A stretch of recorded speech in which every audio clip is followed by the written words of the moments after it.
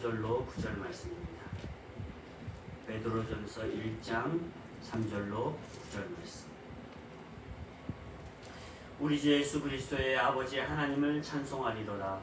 그의 많으신 긍휼대로 예수 그리스도를 죽은 자 가운데서 부활하게 하심으로 말미암아 우리를 거듭나게 하사 산 소망이 있게 하시니 썩지 않고 더럽지 않고 쇠하지 아니하는 유업을 있게 하시나니 곧 너희를 위하여 하늘에 간직하신 것이라. 너희는 말세에 나타내기로 예비하신 구원을 얻기 위하여 믿음으로 말미암아 하나님의 능력으로 구하심을 받았느니라. 그러므로 너희가 이제 여러 가지 시험으로 말미암아 잠깐 근심하게 되지 않을 수 없으나 오히려 크게 기뻐하는도다. 너희 믿음의 확실함은 불로 연다 너희도 없어질 금보다 더 귀하여 예수 그리스도께서 나타나실 때에 칭찬과 영광과 존귀를 얻게 할 것이니라. 예수를 너희가 보지 못하였으나 사랑하는도다. 이제도 보지 못하나 믿고 말할 수 없는 영광스러운 즐거움으로 기뻐하니 믿음의 결국 곧 영혼의 구원을 받음이라. 아멘. 오늘 이 읽은 말씀을 통하여서 그리스도인은 무엇으로 사는가 하는 제목으로 목사님께서 말씀 전하시겠습니다.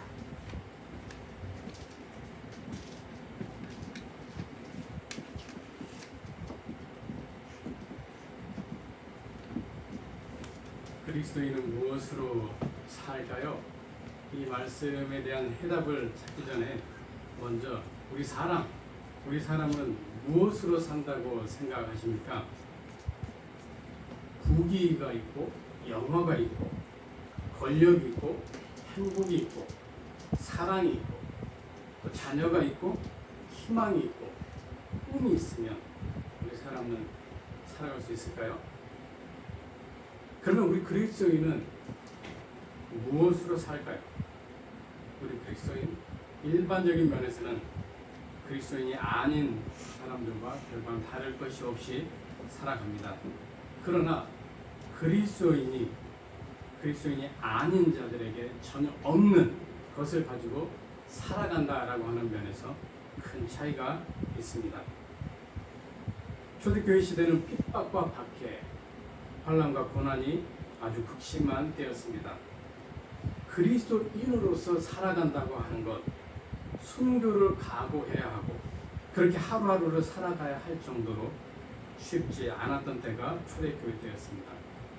이와 같은 상황과 여건, 형편을 잘 알고 있던 사도 베드로는 초대교회 성도들을 격려할 필요가 있음을 느끼게 됩니다.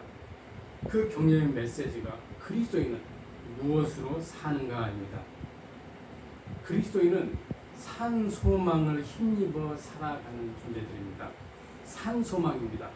왜냐하면 산 소망에서 그리스도인됨의 생명력을 얻을 수 있기 때문입니다. 오늘 말씀 3절에 보면 우리 주 예수 그리스도의 아버지 하나님을 찬송하리로다. 그의 많으신 긍휼대로 예수 그리스도를 죽은 자 가운데서 부활하게 하심으로 말미암아 우리를 거듭나게 하사 산 소망이 있게 하셨다. 이렇게 말씀을 합니다.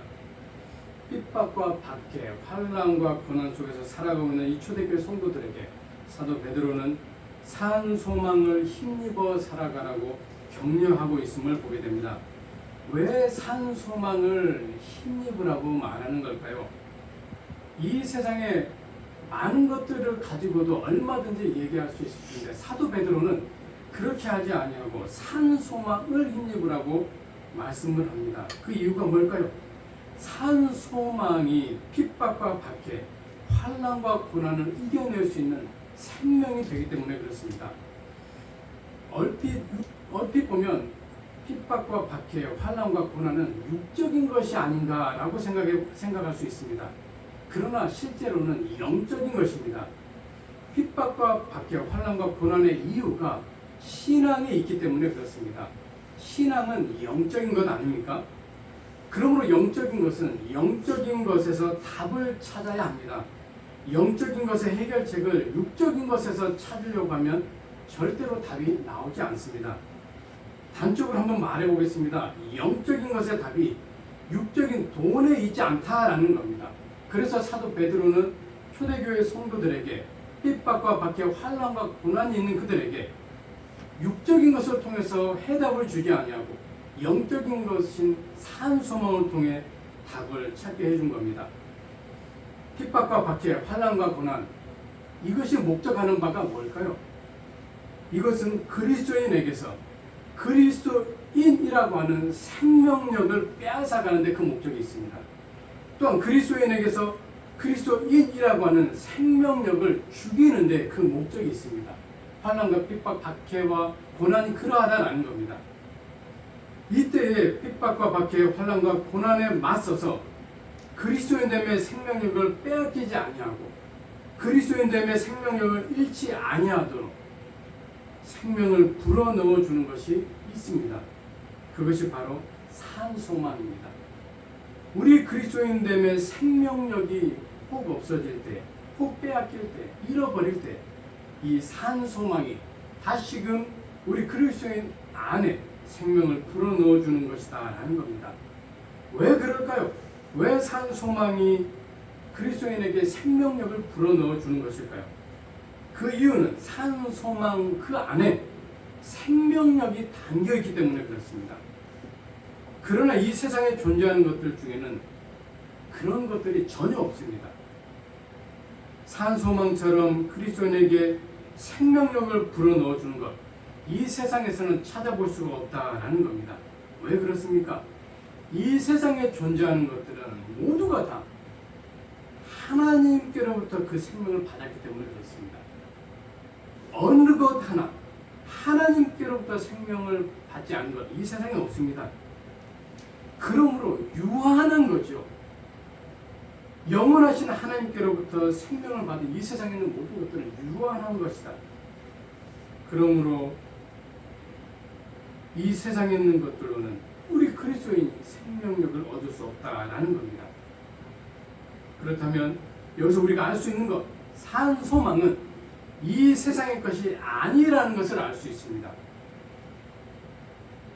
산소망은 이 땅의 것이 아닌 하늘의 것이다 라는 거죠. 왜요? 그 안에 생명력이 담겨있기 때문에 그렇다라는 겁니다. 그러면 산소망 안에 담겨있는 이 생명, 그것은 무엇일까요? 예수 그리스도입니다. 왜 예수 그리스도께서 산소망 안에 담겨있는 생명일까요? 그것은 예수 그리스도께서 생명이시기 때문에 그렇습니다.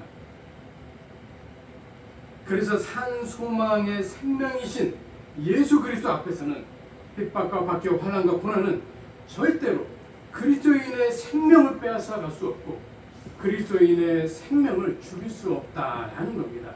또한 산소망의 생명이신 예수 그리스도만이 그리스도인에게 생명을 불어넣을 수 있는 분이시기 때문에 그렇습니다.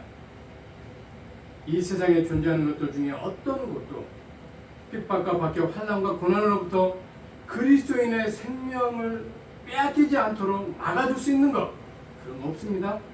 그리스도인의 생명력이 죽어가는 것을 막아줄 수 있는 것, 역시 그런 것도 없습니다. 그리스도인의 생명력을 불어넣어줄 수 있는 그런 것도 이 세상에 없다라는 겁니다. 이 세상에 존재하는 것은 어떤 것도 예수 그리스도처럼 생명을 가지고 있지 않기 때문에 그렇습니다. 초대교회 당시에 핍박과 박해, 환난과 고난이 수많은 그리스도인의 육신의 생명은 빼앗아 갈 수 있었지만 또 죽일 수 있었지만 그리스도인이라고 하는 그들의 생명은 결코 빼앗아가지 못하였고 그리스도인이라고 하는 그 생명은 결코 죽이지 못했습니다. 오늘을 살아가는 우리에게는 초대교회 때와 같은 핍박과 박해, 환난과 고난은 없습니다. 그렇지만 육적으로, 영적으로 만나게 되는 크고 작은 문제들 안에서 우리는 고통하며 애쓰며 그것들과 힘겨운 씨름을 하며 살아가고 있습니다. 그로 인하여 육적으로 우리의 몸이 다운이 되는 그런 지경에까지 이르게 되고 영적으로도 그리스도인이라고 하는 이 생명력을 거의 다 소진해 버릴 정도로 그렇게 지치고 힘을 잃어가고 있음을 보게 됩니다. 이때 우리 속에 있는 그리스도인의 이 생명력을 다시금 회복시켜 줄 수 있고 일어설 수 있게 하고 힘을 낼 수 있게 하는 것이 바로 소망이다, 산소망이다 라는 겁니다. 그러면 어째서 산 소망은 우리에게 생명력을 힘입게 할 수 있는가? 그 이유가 무엇인가? 그것은 산 소망의 출처가 하나님께 있기 때문에 그렇습니다. 산 소망이 담고 있는 생명력이 그 근원이 하나님에게 있기 때문이다라는 겁니다. 산 소망은 하나님의 무한하신 긍휼에서 시작이 되었음을 말씀하고 있습니다. 우리는 모두 다 죄를 지음으로 말미암아 생명의 소망이 전혀 없는 영원한 죽음 가운데 놓이게 되지 않았습니까? 그러나 하나님께서는 예수 그리스도의 십자가의 죽으심과 부활을 통하여 우리에게 그리스도인의 이 생명을 얻게 하시는 산 소망을 허락하여 주셨습니다. 그리스도인됨의 생명력이 끊임이 없이 계속해서 공급받을 수 있도록 하나님께서 산 소망의 생명이 되시는 예수 그리스도를 우리에게 주셨다라는 것입니다. 그러면 어떻게 해야 산 소망의 생명이신 예수 그리스도를 우리가 계속해서 공급받을 수 있을까요? 그 답은 예수 그리스도 안에 거하는 것입니다. 예수님께서 생명이시기 때문에 그 안에 우리가 거하고 있으면 우리는 그리스도인의 생명을 절대로 잃지 아니하고 계속해서 공급받을 수 있다라는 겁니다. 요한복음 15장은 포도나무 비유가 나오는 장입니다. 그 포도나무와 포도나무 가지 비유에서 우리는 또 답을 얻을 수 있습니다. 예수님을 포도나무로 비유를 합니다. 우리를 포도나무 가지로 말씀을 합니다. 포도나무 가지가 포도 열매를 맺기 위하여서는 포도나무에 반드시 붙어 있어야 하듯이 우리가 산소망의 생명이신 예수 그리스도 안에 거할 때야 우리는 그리스도인의 생명력을 잃어버리지 아니하고 소진해버리지 아니하고 계속적으로 예수님을 통해서 생명을 공급받을 수 있다라는 것입니다. 만약 그렇지 않고 우리가 예수님 안에서 떠나가 버리게 되면 포도나무 가지가 꺾어져 버리면 포도 열매를 맺을 수 없는 것과 같이 우리가 예수님을 떠나게 되면 우리에게 공급되어야 할 생명 그것은 더 이상 공급이 되지 않게 된다라는 것입니다. 여러분 자신을 한번 살펴보시기 바랍니다. 과연 내 속에 그리스도인이라고 하는 생명력이 살아있는가? 육적으로 영적으로 고군분투하느라고 혹 내 속에 그리스도인의 생명력이 다 없어지지는 아니하였는가? 그리스도인됨의 생명력은 이 세상의 것으로는 절대로 유지할 수 없고 채울 수가 없습니다. 오직 산 소망의 생명이 되시는 예수 그리스도 안에 거할 때에만 우리는 그 그리스도인의 생명력을 계속해서 공급받을 수 있고 유지할 수 있고 채울 수 있다라는 것입니다. 그러므로 그리스도인은 산 소망이신 예수 그리스도를 떠나서는 절대로 살 수 없기 때문에 또 산 소망이 되시는 생명이 되시는 예수 그리스도를 힘입어서 살아가야 한다는 겁니다. 두 번째로 그리스도인은 무엇으로 살아갑니까? 하나님 나라 천국을 바라보며 살아가야 합니다. 왜 그렇습니까? 그리스도인은 나그네요 본향을 찾아가는 자이기 때문에 그렇습니다. 오늘 말씀 4절 말씀에 보면 썩지 않고 더럽지 않고 쇠하지 아니하는 유업을 있게 하신다. 이 유업은 우리를 위하여 하늘에 간직되어 있던 것이다 라고 말씀을 합니다. 사도 베드로는 핍박과 박해 환난과 고난 속에서 살아가고 있는 초대교회 성도들에게 하나님 나라 천국을 바라보며 살아가라고 그들을 격려하고 있음을 보게 됩니다. 많은 것들 가운데 왜 사도 베드로는 하나님 나라 천국을 말씀하고 있는 걸까요? 하나님 나라 천국을 바라볼 때 그것이 핍박과 박해 환난과 고난을 이길 수 있는 힘이 되기 때문에 그렇습니다. 그리스도인은 이 세상에서 한 나라에 속하여 그 나라의 백성으로 살아가고 있습니다. 우리는 우리 조국 한국을 떠나와서 이 미국이라고 하는 곳에서 속해서 우리는 살아가고 있습니다. 그러나 우리 그리스도인에게 있어서 진짜 소속은 이 세상이 아닙니다. 그리스도인의 진짜 소속은 하나님 나라 천국입니다. 그래서 그리스도인을 향하여 부를 때 우리는 하나님의 백성, 천국의 백성이라고 부르는 것입니다. 그렇다면 그리스도인에게 있어서 이 세상은 영원히 살 곳이 아니라는 것을 알 수 있습니다. 이 세상은 아주 짧은 잠시의 시간 동안만 머물며 거하는 곳인 거죠. 정말로 그리스도인이 영원히 사는 곳은 이 세상이 아니라 하나님 나라 천국이다라는 겁니다. 초대교회 성도들은 이 세상에 살 때 나그네라고 하는 의식을 가지고 살아갔습니다. 나그네는 정해진 처수가 없습니다. 오늘 이곳에서 묵으면 내일은 또 다른 곳을 찾아서 그곳에서 잠시 머물고 또 그 다음날은 다른 곳에서 머물다가 살아가는 사람이 나그네 아닙니까? 어느 한 곳에다가 나그네는 미련을 두지 않습니다. 어느 한 곳에 미련을 두게 되면 나그네가 아닌 거죠. 초대교회 성도들은 이 세상에 미련을 두고 살아가지 않았습니다. 핍박과 박해, 환난과 고난 중에서도 그들은 하나님 나라 천국이라고 하는, 천국의 백성이라고 하는 자부심과 긍지를 가지고 그들은 살아갔습니다. 하나님 나라 천국의 백성이라고 하는 것이 그들의 삶의 원동력이 되었고 그들의 삶을 지탱해주는 힘이 되었다라는 거죠. 히브리서 11장 13절의 말씀처럼 아브라함, 이삭, 야곱과 같은 믿음의 선진들도 이 세상에 미련을 두지 않았습니다. 하나님 나라 천국 백성이라고 하는 자부심과 긍지를 가지고 그들은 나그네로서 이 땅 가운데서 살아갔음을 보게 됩니다. 우리도 마찬가지입니다.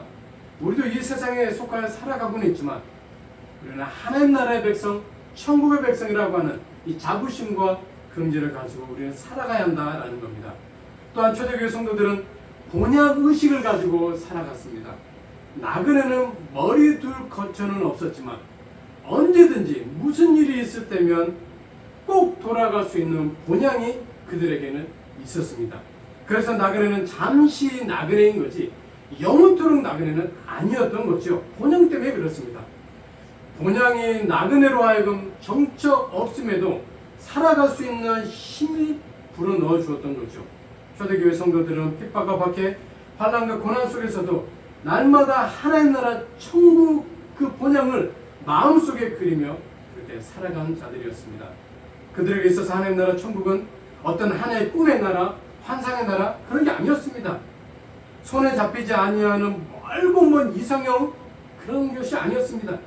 초대교회 성도들에게 있어서 하나님 나라 천국은 저 먼 어딘가에 있는지 없는지 알 수 없는 그런 불확실한 나라가 아니었다라는 거죠. 너무나 선명하게 눈에 보이고 너무나 확실하게 손에 잡혀 느낄 수 있는 참된 실체의 나라, 참된 믿음의 나라가 천국, 하나님의 나라였다라는 겁니다. 그래서 언젠가 돌아가 하나님의 나라 천국을 그들은 바라보면서 그들 앞에 닥쳐오는 핍박과 박해, 환난과 고난 앞에 두려움이 없었고 오히려 힘이 나고 용기가 나고 기쁘고 즐거워할 수 있었던 것이죠. 히브리서 11장 14절 말씀처럼 믿음의 선진들도 항상 언젠가는 돌아가 하나님 나라 천국을 마음속에 그리며 그들은 살아갔음을 보게 됩니다. 초대교회 성도들은 핍박과 박해, 환난과 고난이 극심했지만 나그네라는 의식과 돌아갈 본향이 있다라고 하는 이 의식 속에서 그 모든 것들을 이기며 하나님 나라 천국 그 본향을 향하여 한 걸음 한 걸음 앞으로 나아갔던 겁니다.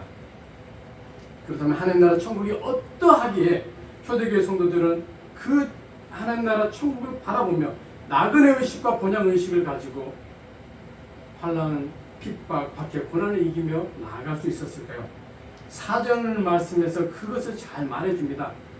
천국이 어떤 곳인가? 하나님 나라 천국은 썩지 않는 곳입니다. 썩지 않는다라고 하는 이 말은 절대로 부패하지 않는다. 절대로 상하지 않는다. 절대로 변하지 않는다. 왜요? 죄가 없기 때문에 그렇습니다. 왜요? 완전하기 때문에 그렇습니다. 완전하신 하나님이 계신 천국이, 하나님 나라가 어찌 이런 썩는 일이 생기고 부패한 일이 생기고 변하는 일이 생기겠습니까? 그러나 이 세상은 어떻습니까? 이 세상에 존재하는 것들은 다 썩습니다. 다 부패하고 다 상하고 다 변해버립니다. 왜 그래요? 죄 때문에 그렇습니다. 죄로 말미암아 이 세상이 불완전하기 때문에 이 세상에 있는 것은 천국과는 너무나 다른 180도 다른 그런 곳이다라는 겁니다. 또한 천국은 어떠한 곳입니까? 더럽지 않다라고 말씀합니다. 더럽지 않다라는 것은 순결하다, 정결하다, 성결하다라는 거예요. 왜요? 천국은 죄가 없기 때문에 그렇습니다. 거룩한 자들만이 들어간 곳이 천국이기 때문에 그렇습니다. 거룩하신 하나님이 계신 곳이 천국이기 때문에 천국은 절대로 더러워질 수가 없는 겁니다. 그러나 이 세상에 존재하는 것들 더럽지 않은 것 하나도 없습니다. 순결한 것, 정결한 것, 순결한 것, 거룩한 것 한번 찾아보십시오. 그런 것이 있는가? 없습니다.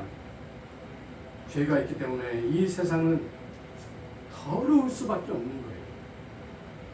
예수님을 믿는 우리라고 하는 자신, 구원받은 우리 자신, 죄가 하나도 없이 거룩하고 성결하고 정결하고 깨끗합니까? 그렇지 않지 않습니까? 그러나 천국은 더럽지 않다라는 겁니다. 또한 4절 말씀에 천국 하나님 나라는 쇠하지 않는다라고 말씀합니다. 쇠하지 않는다라고 하는 것은 절대로 낡지 않는다, 올드해지지 않는다라는 말씀이에요. 절대로 닳아 없어지지 않는다, 절대로 변하지 않는다. 하나님께서 완전하시기 때문에 그런 거죠. 그러나 이 세상에 존재하는 것들은 시간이 가면 또 우리가 사용하다 보면 쇠하고 낡아지고 닳아져 버립니다. 변하는 거죠. 죄 때문에 그렇다라는 겁니다. 이 세상이 그렇게 불완전하다라는 거예요. 초대교회 성도들은 이와 같이 하나님 나라 천국과 이 세상은 비교 자체가 불가하다라는 것을 너무나 확실하게 알고 있었기 때문에 핍박과 박해, 환난과 고난 속에서도 완전하신 하나님 나라 그 천국을 바라볼 수가 있었고, 나그네라는 의식과 본향 의식을 가지고 이기면서 나아갈 수 있었던 겁니다. 앞으로 우리가 돌아갈 본향이요, 지금 우리가 바라보고 있는 하나님 나라 천국 본향이 바로 이러한 곳입니다. 썩지 않고 더럽지 않고 쇠하지 않습니다. 그러나 이 세상은 예수님께서 재림하시는 그날에 한순간에 다 그 자체를 감추어버리는 그런 곳이 되고 만다라고 성경은 가르쳐주고 있습니다. 그러면 초대교회 성도들은 어떻게 해서 하나님 나라 천국을 바라보면서 나그네라는 의식과 본향 의식을 가지고 살아갈 수 있었을까요? 4절 말씀처럼 하나님께서 천국을 그들에게 유업으로 주셨기 때문에 그렇습니다. 무슨 말씀이에요? 상속해 주셨다라는 겁니다. 이게 어떻게 가능해졌습니까? 예수님 때문에 그런 거죠. 예수님을 통해서 하나님은 우리를 구원하시고 하나님의 자녀 삼으시고 하나님의 자녀는 우리에게 여기다 여기 있다 하고 천국을 상속으로 주신 것입니다. 4절 말씀처럼 하나님께서는 우리에게 그 하나님 나라 천국을 주시기 위하여 그것을 이미 하늘에 예비해 놓고 계셨던 거죠. 그래서 때가 되었을 때 예수 그리스도를 통해서 우리를 하나님 자녀 삼으시고 유업으로 그 천국을 하나님 나라를 얻게 하신 것입니다. 지금 시대에 얼마나 빠르게 변합니까? 초초초로 지금의 시대가 변해가고 있습니다. 이런 시대 속에 여러분들에게 하나님 나라 천국은 어떻게 생각되십니까? 라고 묻는 것, 하나님 나라 천국에 대해서 설교하는 것, 어찌 보면 우스운 것일 수 있습니다. 죄에 대하여 회개에 대해서 설교하는 것, 무의미한 것일 수도 있습니다. 왜 그래요? 우리의 생각 속에 이미 이러한 말들은 캐캐 묵은 것이고 진부한 것으로 여겨진 지 오래됐기 때문에 그렇습니다.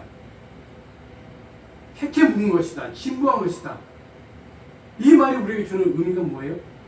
그렇게 우리는 더 부패했고 더 타락해졌다라는 증거입니다.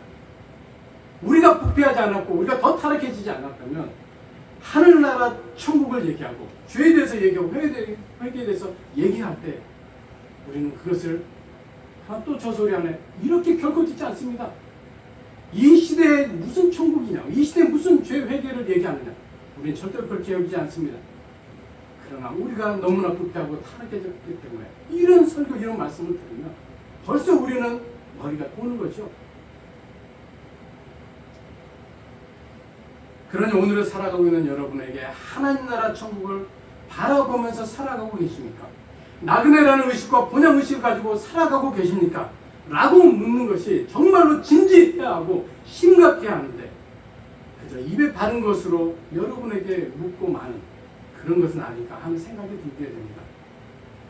그러나 분명한 것은 시대가 변하고 변한다 해도 교회는, 목사는 하나님 나라 천국에 대하여, 죄에 대하여, 회개에 대하여 선포해야 한다라는 겁니다. 왜요? 그것이 교회가 존재하는 목적이고 교회의 사명이기 때문에 그렇습니다. 그것이 목사가 존재하는 이유이고 목사의 사명이기 때문에 그렇습니다. 그것이 하나님께서 우리에게 명하신 바이기 때문에 그렇게 해야 한다라는 겁니다. 하나님 나라 천국이 여러분의 마음속에 있습니까? 혹 마음속에 아닌 저 하늘 어딘가에, 크고도 넓은 저 우주 어딘가에 있는 것으로 알고 계시는 것은 아닙니까? 하나님 나라 천국이 있다는 것이 믿어지십니까? 혹 믿어지진 않고 단순히 지식적으로만 알고 계시는 것은 아닙니까? 또한 하나님 나라 천국은 아예 존재하지 않는다라고 그렇게 믿고 계시는 것은 아니신지요? 교회 다니시는 분들 많습니다. 과연 그분들 중에 하나님 나라 천국이 있다는 것을 믿으시면서 신앙생활 하시는 분이 과연 얼마나 될까? 눈에 보이는 그 많은 분들이 또 우리 교회 모든 성도님들이 다 하나님 나라 천국에 가실 수 있기를 정말로 간절히 바랍니다. 그러나 한편으로는 과연 얼마나 되시는 분들이 가실 수 있을까라는 그런 의구심을 감출 수가 없습니다. 우리는 하나님 나라 천국을 바라보지 않는 상태로 이 죄악 세상이 도전해오는 갖가지의 도전들 절대로 이겨낼 수 없습니다. 나그네라는 의식과 본향의식 없이 우리는 이 죄악 세상이 유혹해오는 온갖 좋은 것들로부터 미련을 떨쳐버릴 수가 없습니다. 이 세상에 있는 것들이 얼마나 좋습니까? 얼마나 여러분들의 마음을 끌어당기고 눈을 빼앗아가고 그렇습니까? 그런데 우리가 모르고 있는 것이 두 가지가 있습니다. 우리에게서 하나님 나라 천국을 송두리째 빼앗아가고 있다는 것을 우리는 모르고 있어요. 그 세상의 것들에 미련을 두고 있다고. 그것들이 우리의 나그네의식과 본향의식을 치워가고 있습니다. 우리는 그것을 못 느끼고 있다는 겁니다. 이것은 정말로 큰일입니다. 큰일. 코비드-19 팬데믹으로 인하여 수많은 사람의 생명을 잃고 잡을 잃고 집을 잃고 고통 속에 살아가고 있는 것, 그것도 큰 일이지만 우리가 하나님 나라 천국과 나그네라는 의식과 본향의식이 없이 이 세상을 살아가고 있다는 것, 더더 큰 문제다라는 겁니다. 왜 그래요? 이것이 없으므로 우리가 망하기 때문에 그렇다라는 겁니다. 코비드-19 팬데믹이 우리를 망하게 하는 게 아닙니다. 하나님 나라 천국과 나그네라는 의식과 본향의식이 없는 것, 이것이 우리를 망하게 한다라는 겁니다. 창세기 19장에 보면 소돔과 고모라 성이 멸망당하는 모습이 나옵니다. 하나님의 심판을 받아 유황과 불이 하늘에서 빛처럼 쏟아져 부읍니다. 그때 천사들이 롯과 롯의 아내 두 딸을 손잡고 끄집어냅니다. 그러면서 그들에게 당부합니다. 절대로 뒤를 돌아보지 말아라. 그러나 롯의 아내는 소돔과 고모라 성에 대한 미련을 떨쳐버리지 못하고 그만 뒤를 돌아보고 맙니다. 그래서 어떻게 돼요? 송기둥이 되지 않습니까? 무엇을 우리에게 가르쳐주는 거예요? 하나님 나라 천국을 바라보는 그거 못하고 나그네의식과 본향의식 그거 갖지 못하고 이 세상 것들에 대한 미련을 떨쳐버리지 못합니다. 이런 어리석은 자와 같은 결말은 맞아야 된다는 것을 보여주는 거 아니겠습니까? 지금 우리는 참으로 무서운 시대에 살아가고 있습니다. 알고 계세요? 왜 무서운 시대입니까? 핍박과 밖에 환난과 고난이 없어요. 그런데 우리는 이 세상에다가 하나님 나라 천국을 바라보는 눈을 다 빼앗기고 있어요. 핍박과 밖에 환난과 고난이 없는데도 우리는 이 세상에다가 나그네라고 하는 의식과 본향의식을 다 잃어버리고 있어요. 지금의 시대를 또는 앞으로의 시대를 우리가 이기며 나아갈 수 있는 방법은 하나님 나라 천국을 바라보는 거고 나그네라는 의식과 본향의식을 가지고 살아가는 것인데 우리는 이 세상 것에 미련을 두고 그것에다가 다 마음을 돋버리고 우리가 정작 바라봐야 될 하나님 나라 천국은 바라보지 못해요.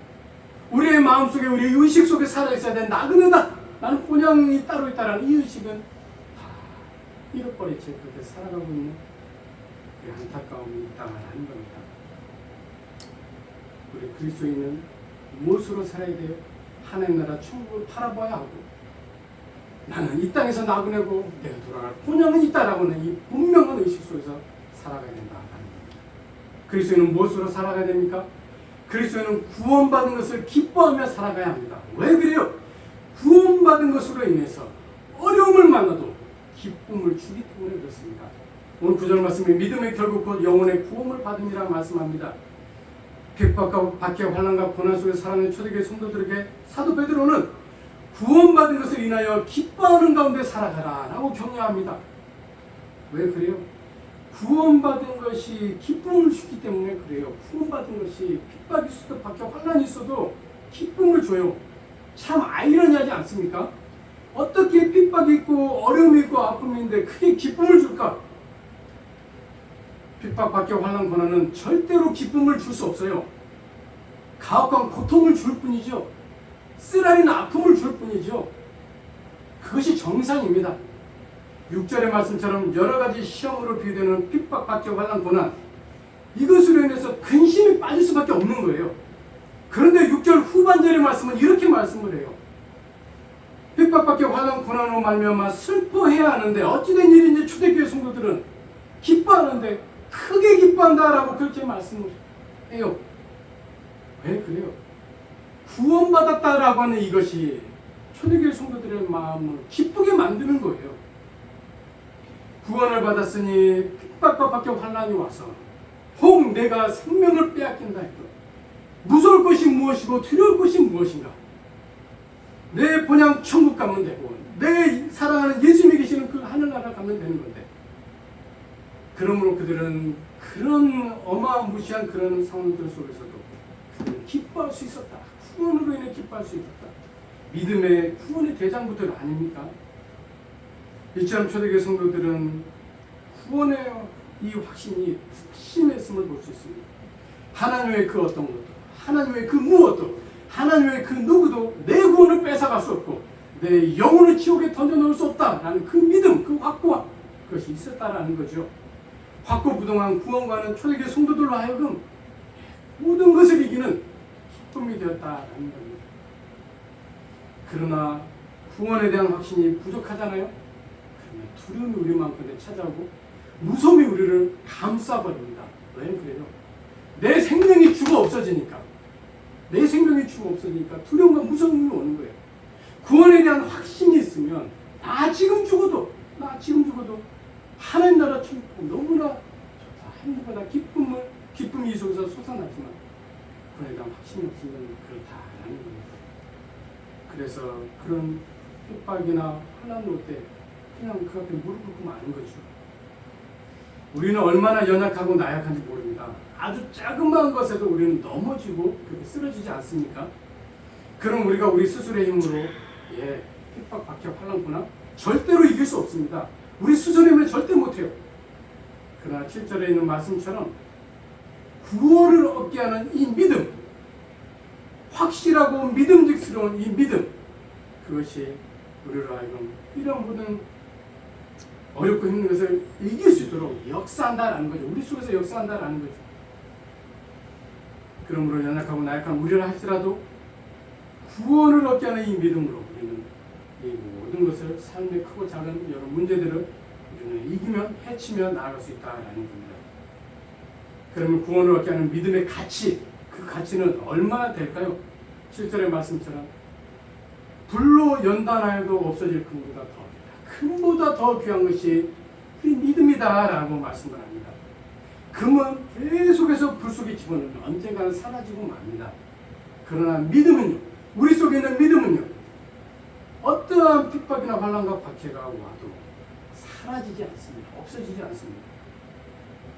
그래서 하나님께서는 우리의 믿음의 가치를 끌어올리시기 위해서, 우리를 정금같이 만드시기 위해서 우리의 삶의 다양한 상황과 여건들 속에 우리를 막 던져 넣습니다. 얼마나 고생하고 아플까? 이런 걱정 안 하세요. 하나님은 그냥 확 던져 넣어버려요. 그리고 그 안에서 단련되도록 만드십니다. 무슨 단? 믿음의 연단을 받도록 만드세요. 언제까지요? 하나님이 됐다 하시는, 오케이 사인하시는 그때까지 연단 속에 집어넣으십니다. 믿음의 영향은 얼마나 될까요? 7절 말씀처럼 믿음의 영향은 예수님이 오실 때 우리로 하여금 칭찬과 영광과 존귀를 얻게 만들어줍니다. 예수님이 이 세상에 오실 때 우리에게 찾으시는 것이 믿음입니다. 누가복음 18장에 인자가 이 세상에 다시 올 때 믿음을 보겠느냐 말씀하세요. 예수님의 이 말씀 속에서 우리가 기억해야 할 것은 끝까지 믿음을 지켜야 된다라는 거예요. 끝까지 믿음을 지켜야 된다. 그러나 이거 결코 쉬운 건 아니지만 우리는 이 믿음을 절대로 잃어버려서는 안 된다라는 거예요. 이 믿음으로 칭찬과 영광과 존귀를 받을 수 있기 때문에 그래요. 생명의 빛나는 면류관을 받을 수 있기 때문에 그렇습니다. 믿음이 가진 또 다른 힘이 하나 더 있습니다. 8절 말씀처럼 보지 못하여도 사랑할 수 있고, 보지 못하여도 믿을 수 있고, 보지 못하여도 기뻐할 수 있는 게 믿음이 주는 힘입니다. 초대교회 성도들 예수님을 본 적 없어요. 그런데 그들은 예수님을 사랑하고 있었고, 예수님을 본 적이 없었지만 그들은 예수님을 믿고 있었고, 예수님을 본 적이 없지만 그들은 예수님 안에서 기뻐하고 있었어요. 어떻게 그게 가능한? 믿음 때문에 가능한 거죠. 믿음 때문에. 믿음의 힘은 보지 않고도 믿을 수 있게 해주고, 보지 않고도 사랑할 수 있게 만들어주고, 그 안에서 기쁨과 즐거움을 누리게 해주는 것이 믿음이 가진 힘이다라는 겁니다. 초대교회 성도들은 그들에게 고귀한 구원을 주신 그 예수님을 사랑하는 믿음으로 자기들을 향해 오는 핍박과 박해, 환난과 고난 속에서도 기뻐하며 즐거워할 수가 있었던 거죠. 우리도 예수님 본 적 없어요. 저도 예수님 본 적 없습니다. 그렇다고 우리 예수님 안 사랑합니까? 우리 예수님 안 믿습니까? 본 적이 없지만 우리 안에 하나님 주신 믿음으로 우리는 예수님을 사랑하고 예수님을 믿고 있습니다. 또 그 안에서, 예수 안에서 우리는 이 세상에 삶이 힘들고 어렵지만 기쁨과 즐거움을 맛보며 누리며 그렇게 살아가고 있습니다. 사랑하는 성도님 여러분, 육신적으로 영적으로 크고 작은 일들로 인해서 힘들고 지치실 때 우리의 산 소망이 되시는, 생명이 되시는 그 예수님을 통해서 힘을 얻으시기 바랍니다. 이 세상에 어떤 미련도 두지 마시고, 나는 나그네야, 나는 본향이 있어, 나는 하나님 천국을 가야 되는 그리스도냐, 라는 이 마음으로 살아가시기 바랍니다. 그리고 예수 그리스도를 통해서 받은 구원의 기쁨 속에서 끝까지 그 믿음 지키면서 살아가시는 성도들이 되시기를 간절히 바랍니다. 이것이 우리 속에 있을 때 우리 그리스도인들은 이 세상에서 받는 여러 가지 어려움들 이기면서 살아갈 수 있습니다. 우리 초대교회 같이 그렇게 환난 핍박 받지 않아요. 그럼에도 우리는 삶의 작고 그런 일들로 해서 고통을 받지만 이런 하나님이 주시는 말씀들을 통해서 우리가 힘을 얻으면 우리는 넉넉히 이기며 나갈 수 있다는 것을 기억하시고 이 말씀과 함께 살아가시는 우리 성도님이 되시는 예수님의 이름으로 축원합니다. 아멘. 기도하겠습니다. 사랑의 하나님 아버지,